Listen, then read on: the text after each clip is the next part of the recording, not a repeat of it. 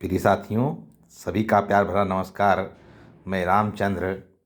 आज हम अर्थशास्त्र का पेपर जो कि आज परीक्षा हुई है प्रथम पाली में, यानी 28/2/2024 को जो परीक्षा हुई उसका आज हम पेपर लेकर आप लोगों के बीच उपस्थित हैं।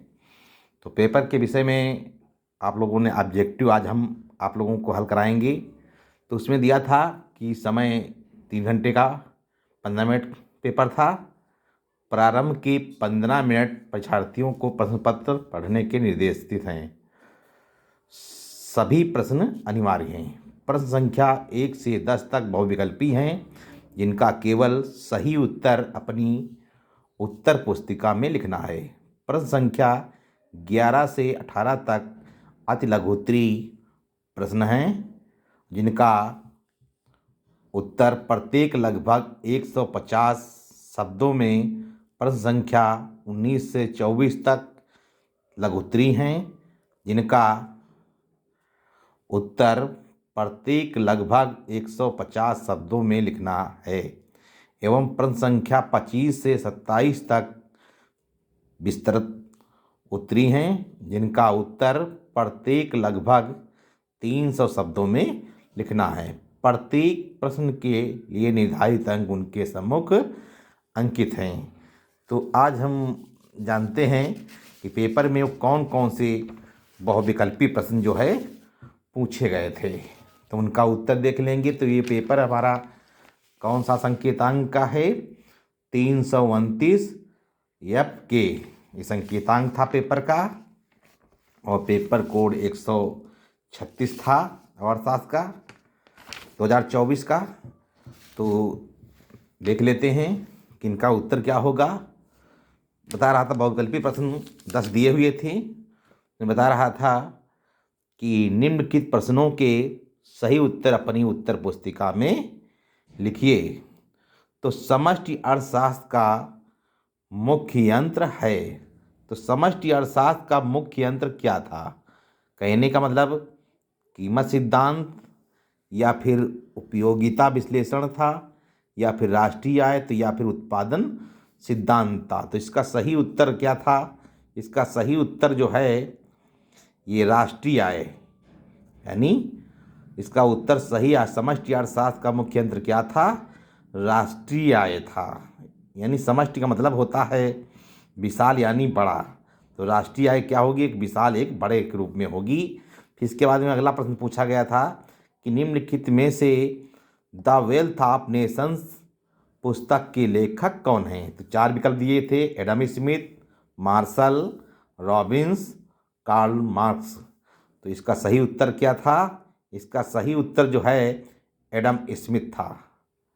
इसके बाद में फिर प्रश्न संख्या 3, किसी वस्तु की सामान्य मांग रेखा के संदर्भ में निम्नलिखित में कौन सा कथन सही है? तो मांग रेखा के विषय में बताया गया था मांग रेखा सदैव बाईं ओर से दाईं ओर की तरफ गिरती हुई होती है। तो इसमें 4 विकल्प दिए हुए थे: ऊपर की ओर चढ़ती हुई, दाएं को नीचे की ओर गिरती है, एक क्षैतिज रेखा होती है, और एक ऊर्ध्वाधर रेखा होती है। तो इसका सही उत्तर क्या था?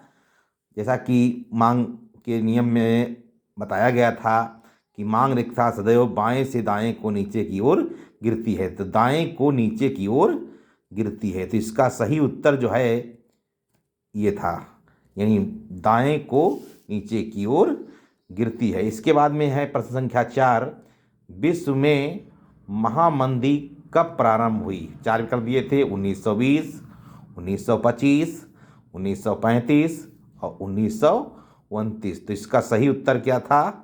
1929 इसका सही उत्तर था। तो विश्व महामंदी में कब आई थी? 1929 में। इसके बाद में प्रश्न संख्या 5, निम्नलिखित में से बजट घाटे का प्रमुख कारण क्या है?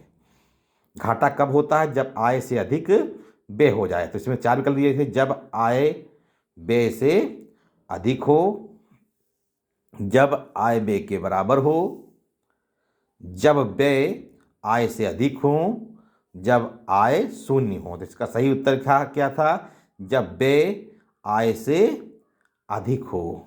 जब व्यय आय से अधिक हो, तो इसका सही उत्तर कौन सा था? सा वाला सही था। प्रश्न संख्या 6, निम्नलिखित में से भारत में बढ़ते हुए सार्वजनिक व्यय का प्रमुख कारण क्या था? यानी सरकारी खर्च कैसे बढ़ता है? तो सुरक्षा व्यय खर्च करने पर, या फिर कल्याणकारी राज्य स्थापना हेतु व्यय, विकास व्यय, और इनमें से सही। तो इसका सही उत्तर क्या था? इनमें से सभी।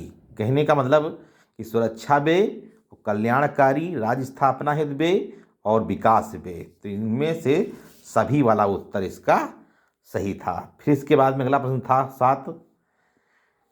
सातवां प्रश्न था कि निम्नलिखित में से औसत लागत प्राप्त करने का सूत्र क्या है?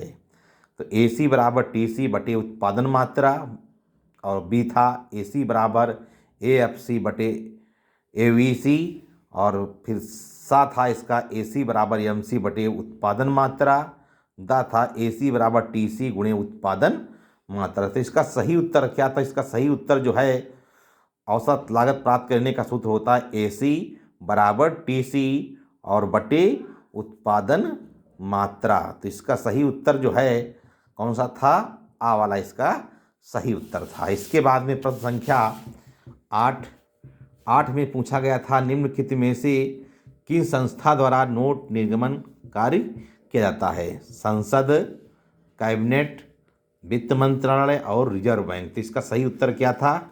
इसका सही उत्तर जो है रिजर्व बैंक था। इन नोटों का निर्गमन कौन करता है? रिजर्व बैंक करता है। इसके बाद में अगला प्रश्न था, उदासीनता वक्र विश्लेषण सिद्धांत का प्रतिपादन किसने किया? Hicks, Marshall, Pigou, Robbins. तो इसका सही उत्तर क्या था? इसका सही उत्तर जो है हिक्स था। इसके बाद में प्रश्न संख्या 10 पूछा गया था, दो देशों की मुद्राओं के बीच विनिमय दर तय कौन करता है? विश्व बैंक, मुद्राओं की मांग एवं पूर्ति, अंतर्राष्ट्रीय मुद्रा कोष, केंद्रीय बैंक। तो दो देशों के बीच की मुद्राओं के बीच विनिमय दर कौन तय करेगा? तो मुद्राओं की मांग एवं पूर्ति इसका सही उत्तर होगा। मुद्राओं की मांग एवं पूर्ति इसका सही उत्तर था। तो ये 10 बहुविकल्पी प्रश्न पूछे गए थे आप लोगों की अर्थशास्त्र की परीक्षा में। आप लोग अपने आंसर को चेक करिए कि कितना आप लोगों ने सही किया। तो प्रिय साथियों, आगे लॉन्ग क्वेश्चनों पर हम अगले अपने ऑनलाइन कक्षा में चर्चा करेंगे। आप उसको वीडियो को भी जरूर देखना। तो आज इनको मिलान के लीजिए, सही सही उत्तर अपना कितने नंबर सही करके आए बहुविकल्पी प्रश्न। प्रिय साथियों, तो सभी का प्यार भरा नमस्कार।